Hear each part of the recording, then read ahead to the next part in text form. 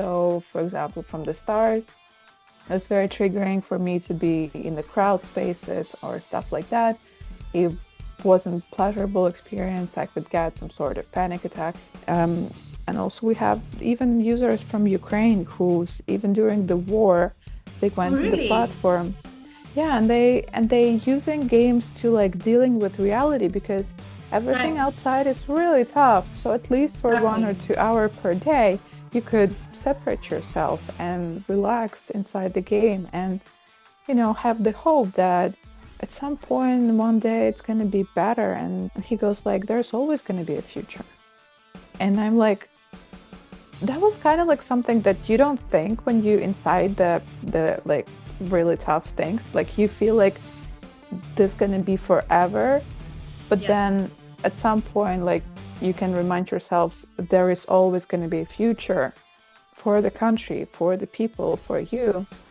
And what kind of future would I want to have? What kind of future I want to build? I would say that there's a lot of energy inside us, much more than we think there are. And a lot of this energy we wasting and suppressing. For example, love, it's scary and but it's very powerful. But and even like aggression, it's scary, but it's very powerful. What I would like more people to do is to not suppress themselves and their emotions, but use it to create something and build something that they like. And with our money and as well with our time, we support the different ideas in the world. So find the one that resonates with you. Dana Sydorenko is a Ukrainian ex military and war veteran. She is Forbes 30 Under 30 Europe and Ukraine for 2024. She has graduated from the Ignite program at the Stanford Graduate School of Business. Dana is a serial award winning entrepreneur and investor and has founded Nicarex Plus, which is top 250 Forbes list with $30 million ARR. She's also founder and CEO at GameTree, a gaming social platform with over $24 million valuation. Dana is also LP at Flyer One Ventures. Also, she's a speaker and mentor at Give School of Economics, at the Scale Up Accelerator, and We Play Hub Accelerator. It is my honor to have her on this episode of The Unstoppables. Hi, my name is Hurratul Maleka Taj, and I am your host for the podcast The Unstoppables with Hurratul. This podcast brings to you stories of bold and resilient individuals who face storms in their life, both personal and professional, but did not stop, did not give up. So let us together get on this journey to explore what made them truly unstoppable. Welcome everyone to this episode with Dana Sydorenko. Welcome, Dana. Just to give you a brief, Dana and I met on LinkedIn and got on a quick call, shared our entrepreneurial journeys with each other, shared a lot of ideas, and she was kind enough to say yes to this podcast. So thank you, Dana, for doing this today. Yeah, I couldn't say Um, no to Stanford alumni. It's a pleasure to have you, and especially because of the journey you've had from battlefield to being an entrepreneur, which is really, really inspiring. So, Dana, before we actually dive deeper into it, my first question to you is, what does being unstoppable mean to you? Mm. Well, I think it's very connected with resilience. It's me and my friend, we have this phrase that we want to make like t-shirts with this from rejection to rejection. I think that's pretty much what's unstoppable mean to ability to adjust for new circumstances and to not give up when things doesn't look good, stay optimistic and adopt the strategy instead of changing the goal. Right. So, Dana, As we discussed, you served as a paramedic in the Ukrainian Armed Forces. So, what Yeah. led you to that chapter in your life? Mm. If you could take us through that. Well, I could say that probably I was way too idealistic, and it's hard to explain and hard to share because it's very subjective and individual experience. But at Right. that moment, at that time, I felt like that's my destiny and I have to be there. So it's some sort of like a calling or Right. something like that. Like I didn't know a specific reason. I wasn't prepared for the journey, but I felt like this is the place where I have to be. Um, so yeah. And, I also read in one of the articles, which is on Forbes, that, when you came back from the war, you did go through PTSD and anxiety, and it was tough for you. I'm sure, like a lot of people around the world go through anxiety and depression. It may not be related to war or the conditions that you faced, and it could be really individual to their circumstances. But could you take us through the journey when you were going through this, and what did you exactly do to overcome this phase? So something that people don't know is that women are more likely going to have PTSD. And a lot of people, over 50%, um, over 6 months from the first symptom of PTSD, can heal themselves. Like our brain is like indeed very magical and special. Um, we able to heal ourselves. Unfortunately, it's not fun or easy process. It uh, is related to PTSD, but it's also related to any other trauma. By relieving this experience and accepting it, uh, we becoming one with our past. So experience like that, it's extremely traumatized, and a lot of people try to avoid dealing with that and run Right. away from it, and they got into abuse of different substances and things like that. But the reality is there's only one way through, one way out, it's way through. So just facing things that you don't want to face and accepting things that you would assume unacceptable, and like the pain would just like you think that your pain just too big and it's gonna kill you. In reality, it's not. And when you were dealing with this, what made you really bounce back? What was your mantra?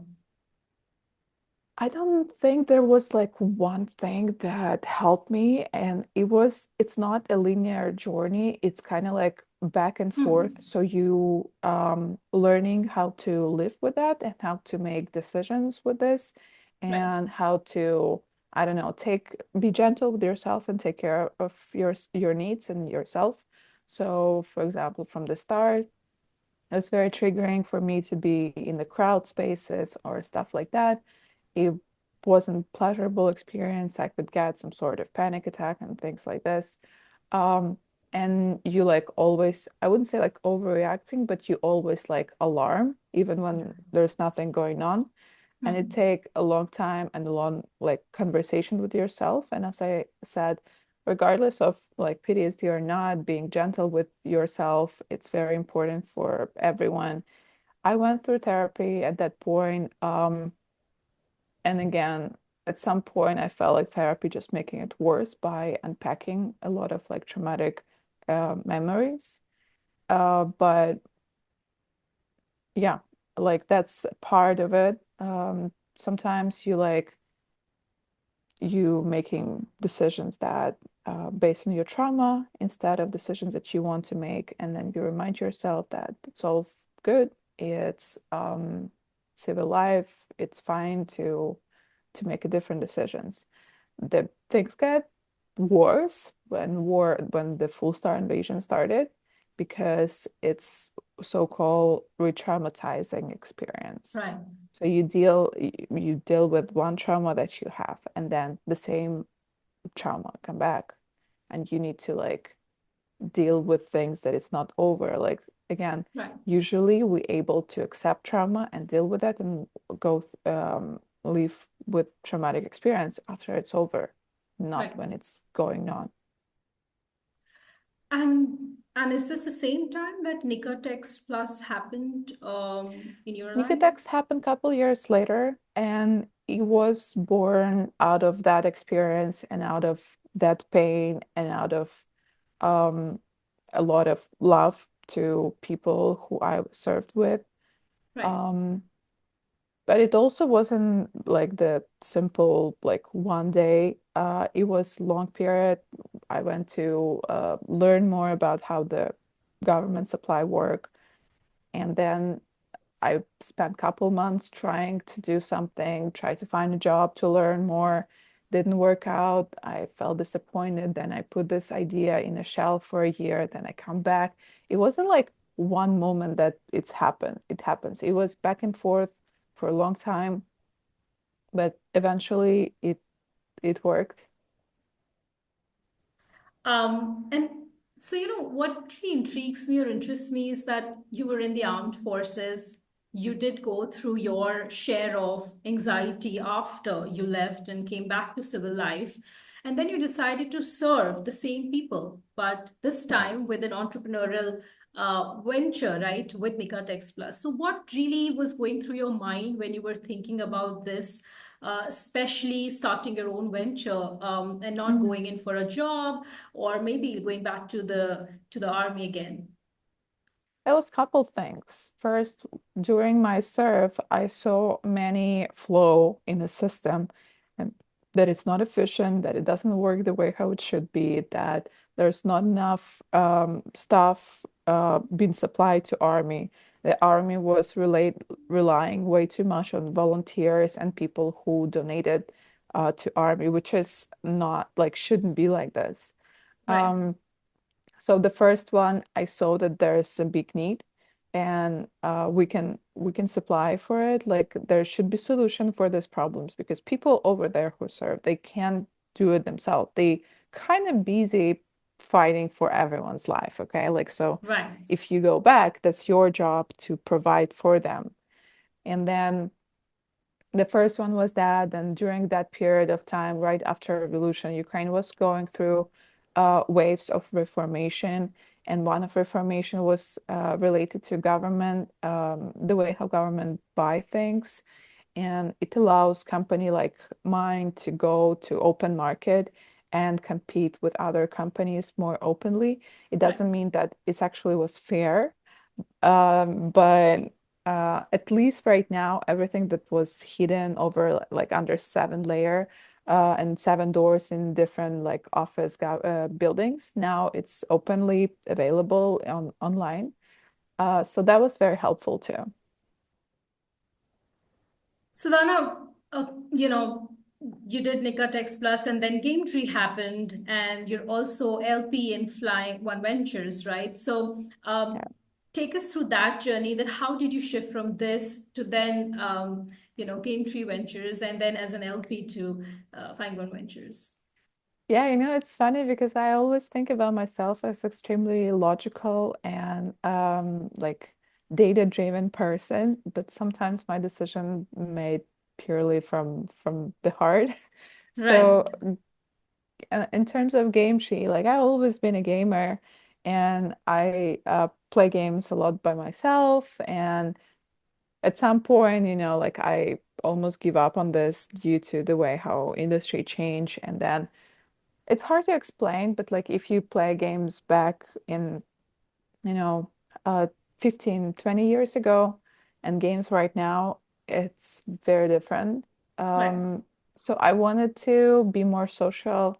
And when I met my co-founder, I really fell into the idea of interconnecting gamers and make games more social, and this like sense of community that used to be the most important one for me in gaming. I kind of wanted to bring it back for gamers nowadays. Um, so it comes from like this idea of like making games social again. And from the first period, it was kind of more like like guilty pleasure for me. I did it mostly for um, because I believed on the idea and I wanted to Right. help and support the project. And then just over time, we got more traction and we had some very nice offers to take this to the bigger scale. And that's where I wanted to become a part of the executive team and step in more hands-on because my co-founder need a lot of like help and support. It's very hard um, way and entity to build yourself. Right. Yeah, and I did read about this one incident where when the war started and you did, you had to fly to Africa, right? Yeah. Because it was tough at that point to stay back. And then from there to your journey to LA. Do you think that in all this that you've done, there has been a moment where you thought that this is the most challenging time of my life? If you could reflect back and think that you felt that I don't know what will happen the next day, or I don't know how I'm going to navigate through this. And would you like to share this with the audience? And how did you like really, you know, gather yourself and kept going? Well, honestly, I think if you live in your country in the middle of war and you see what's going on, going to LA wasn't the most difficult and challenging for me. Leaving Ukraine behind was probably very, very, very hard. I don't know, was it like the hardest, but it was very difficult because of the moral component. You feel like there's many people who need you and many people who relying on you and making choice towards future versus towards past. That was challenging. Um, but moving to Los Angeles, for me at least, wasn't that difficult. People and society was very supportive, and the culture in general, it's very like startup driven, entrepreneur driven, and a lot of doors was open for us. We was passionate. We was uh, very driven, and we had a lot of energy and knowledge and passion, and also we built something very cool that users love. And Right. that helps to open a lot of doors and a lot of hearts. And what we built, especially if you're a gamer yourself, VC was very supportive towards us. Of course, it's not a charity. Let's not be uh, delusional about that. It's Right. business, but Yes. yet, I wouldn't say it was hard in the terms as you can think. Like it's just at that period, so many things was going on around and so many craziness in the world that was hard to dealing with everything else. And startup and work was kind of like a safe island for me, like the island where even though it is unpredictable and you cannot plan anything, this unpredictability was more safe and more manageable than everything else going on in the world. Right. So, Dana, when you look back, do you remember the day when you left Ukraine? And I Yeah. think off to Africa first, and then and then Ali happened, right? Um, Yeah. could Well, you take us through that? Yeah. we was evacuating, so it wasn't like we didn't at that moment you didn't know specifically what's going to happen, but there was very reasonable argument that things going to go bad. So we was rushing. We didn't have time to like pack properly. It was all like during 1 hour. Um, so we like fall asleep, and in the morning we woke up, and my co-founder goes like, "It's time to get out of here." So he booked the first ticket that he could find. I went to my apartment and like packed stuff like over 1 hour, and then we left. And when war started, even like you cannot be prepared. This is kind of that things that nobody did prepare you for or teach you how to deal Right. that. So Right. it was pretty bad. And with like Yeah. one suitcases that we had, we spent like just many, many months traveling and trying to settle down somewhere. Um, Yeah, and it take a long time for me to finally accept that, like, okay, this is my new home, because for me it was always like temporary place during the war, and I was waiting that. So we had like four different scenario what could happen in the future with all of this, and four different action plans. Where should we be? How it should be? What should we do? With the company, with ourselves, depends on the scenario. So in our head, the first day when we started, we come to the this model that it's going to be either like fast war or long war, and Ukraine can either win, either lose. So Right. there's like four different scenarios. And if it's going to be like fast war, we should wait somewhere nearby Ukraine. So it's either like Romania or Poland or Europe. And if it's going to be long war, we should go to the States. So we give a timer to ourselves, like 2 months. For this 2 months, we'll try to, understand the circumstances better, support our team, Right. um, and we stay in Romania, and then we move to Amsterdam for a little bit. We make our all documents to go to the States. And then when it's get more obvious that this is a long war, then we decided to move to California and try to rescue the company, because at that point the company didn't really perform very well due to uh, you know we have we spent a lot of money for relocation of employee to support them. It was hard time for a lot of people. And how many months from the time you fled Ukraine to you getting to the States? I mean, what is the period we're talking about? How many months is Like this? 4 or 5 months. I think it's five months. Okay. Right. You while you're explaining this, this might look, while we're talking today, you're smiling and telling us things, but Mm. I'm sure, like when you went through, No, it was uh, bad. It it was is, so bad. Like I couldn't yes, for like long time. The only one thing that you able to do is just like reading the news. And John was trying to like uh take me outside at least, and like take phone out of me, but you can't. Like the level of anxiety is just so big that like the only one thing that can kind of keep you um like better, make you right, better, it's just reading news, which doesn't make sense, but you feel like if I would know more information, maybe it would be better.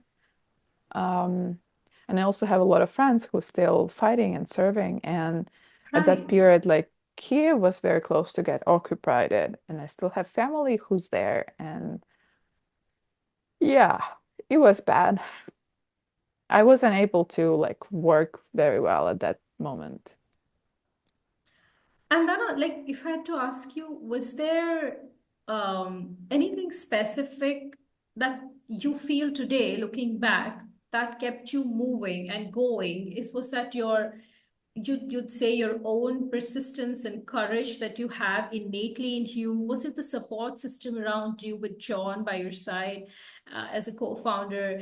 Was it the passion to see GameTree doing really well? If you could look back and tell us what perhaps did not let you give up, because in a condition like this, many people would think, oh, let me take a break, it's getting too worse, I have to sort of leave my country, relocate. This is all looking too much for me. And Yeah. maybe I'm going to take a break, but you did not stop at that point as well. So, what would you say for that? Yeah. Well, in my particular case, I remember when I talked with my dad, and he goes like, "Yeah, it's like too much. I have, like a lot of things going on. Right. Do you want to go there? Do you sure you want to go to the States? You sure you want to do the startup?" Um, and I said to him that if I will not try, I will regret about it. So like I didn't want to regret that, I give up, because it was unpredictable and hard. And it was like I felt like we up to something, and I didn't want to lose it. Of course, John was very supportive, and I hope that I was supportive to him too. And neither of us by ourselves, like we probably would make a different choices, but at that moment, you relying on each other, and um, it definitely play a big part. Um, would make us do not give up. We did believe in what we are building, so it helps. And we also, at that point, we already had some users and we was able to read feedbacks from them. So we knew that whatever we do is needed and important. Um, and also we have even users from Ukraine who's even during the war, they Oh, went to the really? platform, yeah, and they using games to like dealing with reality because everything Right. outside is really tough. So at least for one or Exactly. 2 hour per day, you could separate yourself and relax inside the game and, have the hope that at some point one day it's gonna be better and just like keep going through. So I guess like this whole component come together and one big thing that happened, like it takes shifting your perspective because when you're just inside of the problem all the time, it's hard to navigate from it. So I remember at some point I went to Ukraine for a week, and I was talking with a friend of mine, and I said that like I don't know if we need to build anything for the future, if there's gonna be maybe no future anymore, like maybe that's it. And he goes like, there's always going to be a future. And I'm like, that was kind of like something that you don't think when you inside the like really tough things. Like you feel like this going to be forever, but Yeah. then at some point, like you can remind yourself there is always going to be a future for the country, for the people, for you. And what kind of future would I want to have? What kind of future I want to build? And it's very motivating when you're making decisions uh, not based on the fear, not based on the problems that you're solving constantly, but based on what future I want to have, what future I want to build, what ideal like product I want to give to people. Yeah. That is That is so important. That's such an important point, Dana, that I think the perspective, the narrative we Yeah. set for ourselves really changes everything. Yeah. Um, yeah. I recently had one of the guests who does appreciative inquiry as a part of her work, and we were just talking about this, that the questions we ask ourselves and the self-talk that we have with ourselves Yeah. sometimes make such a big difference to how we think and how we act. Um, Right. Yeah, totally. Like it's easy to get buried inside the problem and to like our brain as device, yeah, was built to keep us safe. So it's kind of like constantly focusing on negatives and problems and threats. But as a, human being, we're more than our brain and we able to set narrative for ourselves. so true. Yeah. As an entrepreneur, I'm sure you go through challenges each and every day. Yeah. So, what is that one thing that you do to keep your mental health well and to keep going and to have that attitude that no matter what happens, tomorrow is a new day and I'm going to do it? Is there any Yeah. ritual or anything that you do specifically? Yeah, recently I had very big like shift in my perspective. So I always put work and the product we're building in the first place, then everything else, than any kind of specific person or even my own interest. And now I kind of come to the conclusion that it's not like work is more important than everything else. It's and beneath of this, there's many small choices that you're making, and it should be more balanced, and it should be like the work should give you enough rewards and not just sacrifice. So right now, I think I have great community and a lot of very cool friends who's also founders themselves and dealing with similar stuff. And it helps to see that even like crazy good, successful company. They're dealing with shit all the time. It's nothing wrong with you. It's part of the process. It's all good. And then I prioritize right now having like and enjoying little simple things instead of like waiting for a big win. So enjoying like this small achievements, I think it's more important than winning something big. Um, it's easy to say than to do. Yes, yes, true, true. Yeah, and I think the point you made is so important that sometimes we postpone things to thinking that when we are going to achieve that, then is that I'm going to celebrate or take that small Yeah. break. And when that thing comes, we are, sort of anchored to something else. And then we Yeah, think, oh no, maybe that this is achieved, but I haven't got that, and it never ends. So really, like, totally. yeah, Yeah, so don't wait like anything that you can celebrate. There's like nothing is small enough to not be celebrated, you know? right, right, true. Dana, what made you become an investor and now you're an LP to Find One Ventures? So, what led you to that path? Yeah, Well, I think it's a very typical evolution of person who comes to the tech world and startup world. You see so many cool projects on a daily basis. You go into some network or some event and you're meeting all this like crazy people who's doing something that amazing. And you're like, damn it, I want to be part of it. Damn it, like I want to support them. But you can't because your full-time job is already in something else. So I was thinking about some other solutions to support ideas that I like and refer projects and founders that I like to the fund. And also, I was curious to see more from inside and understand the logic of VC world more. Um, how exactly they calculate and what's the indexes inside, how do they raise money themselves, how, like what are the points that they're looking for, and each VC are so different. So it was a bit scary decisions, but I trust Flyer One Ventures.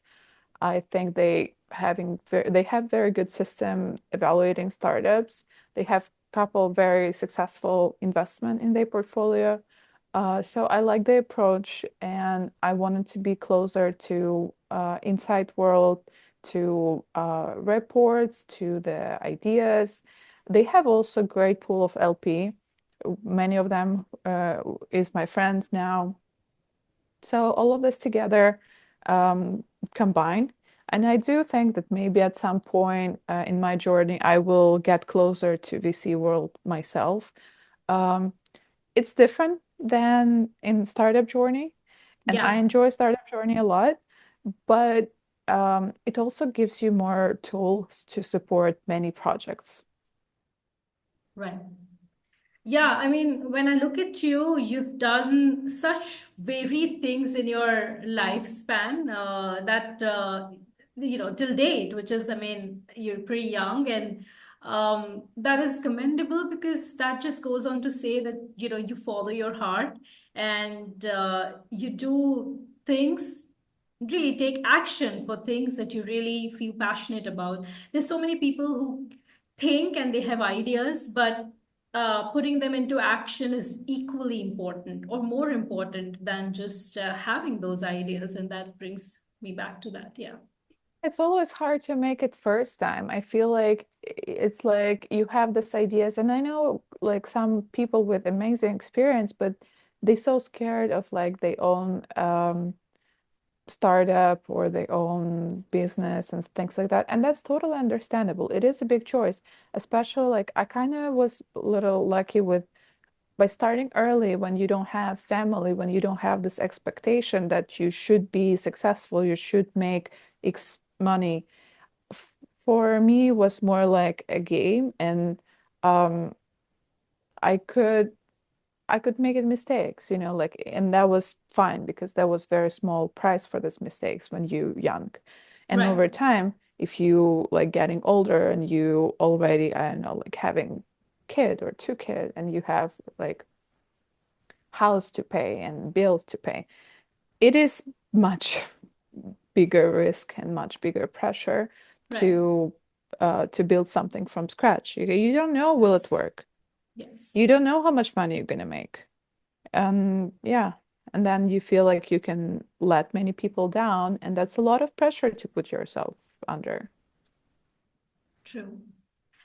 So, Dana, coming to the last section of this podcast, the question I have is that in all the experience you've had, one message that you would like to give to everyone who's listening to you, um, maybe you're learning from all the experiences you've had, maybe something that you feel you could probably through those experiences not do or do it better. We would love to know it from you. Well, I would say that there's a lot of energy inside us, much more than we think there are. And a lot of this energy we wasting and suppressing. For example, love, it's scary and but it's very powerful. But and even like aggression, it's scary, but it's very powerful.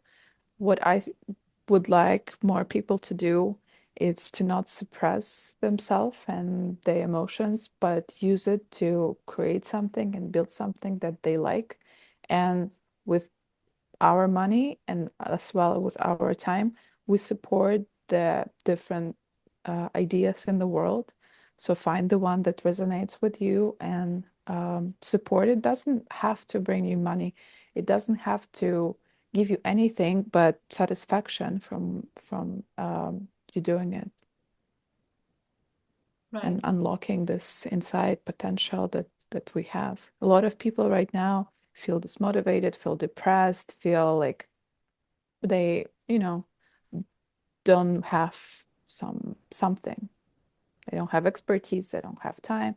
But in reality, people are very powerful creature. Like we have a lot of things and a lot of resources inside. Right. What is next on your radar? Like, what are Mm. the next projects you're doing? Anything that we should know about? Well, right now I'm very focused on GameTree. We Mm-hmm. going to new wave of transformation and building something completely new with Hmm. our app. And we have a lot of great investors who I want to like. I don't want to let them down. So this is primarily what I'm building. In the future, let's say within a year or two, I don't know, and I like it. And I like that I don't know. I want to discover it with you guys. Like we'll see. There's many passes that I would love to take and trust the journey. And with each step mm, changing, each moment's like you cannot rush it. Um, but, you know, let this experience go through you and transform you and prepare you to what's coming next. Is there anything on your checklist as a dream that you always wanted to do, but still is pending, and you think, I've not done this yet, and I will do this soon? Well, totally like one of the things that I really wanted to do, it's make company go public. So Okay. it's about the like work goals. With my first company, it's great company to go public because it's very clear business model. It has very nice numbers, but the problem is that Ukraine-based company have very hard time go public, and Hmm. and I don't like the business model itself pretty sustainable. We don't really need some investment from outside, so Hmm. there's low motivation for me to do so. GameTree is a great company to go public, but it's a long journey. Probably will take, 7 to 8 years. We'll see if it's gonna work out because we constantly, having offers to sell out, and I think in the long run it will be hard for us to keep the company. But at some point, yeah, I would like to go from like A to Z, the whole journey from nothing Right. to go public. Mm-hmm. It might be like, yeah, of course, you go public when you have the specific business model, when you have specific objectives, specific goals. But it'd be fun, I guess. Yeah, I have weird definition of fun, both. So Yeah, no, it was lovely talking to you, Dana. And thank you so much for having. just to conclude this, I think, the passion and the energy that you bring to your work, to the conversations. I think the first conversation we had, I could clearly see through that you're really, really passionate about what you do. And I think that's the reason that you've always, you know, gathered the courage even in the toughest of the times. I mean, people, when they even move countries just for work, they find it so difficult. And here you were in a war, and your country, leaving your country, people, your friends and everyone behind, and then dealing through all of that and still be able to work. That is a lot of grit, resilience. And even if you today smile and put it across as something really simple, it must have taken you a lot of grit and determination to navigate that. Yeah, totally. It's not simple, but at the same time, we creating narratives to ourselves, right? Like you could you could, sit and think like, oh my God, it's so hard, it's unbearable, it's too complicated, I never am gonna be able to do that. Or you can think that it's just, a temporary bump on a long life. And if you're gonna be upset about each bump, then life's not gonna be that nice of a place. So thank you so much. It's very kind of you to say. And it was a pleasure to be here, and thanks for having me. It was a very deep and very personal conversation. Thank you, Dana. And I really look forward to meeting you in SFO. That'll be soon. And thank you so much for doing this. Bye. See you. Bye bye.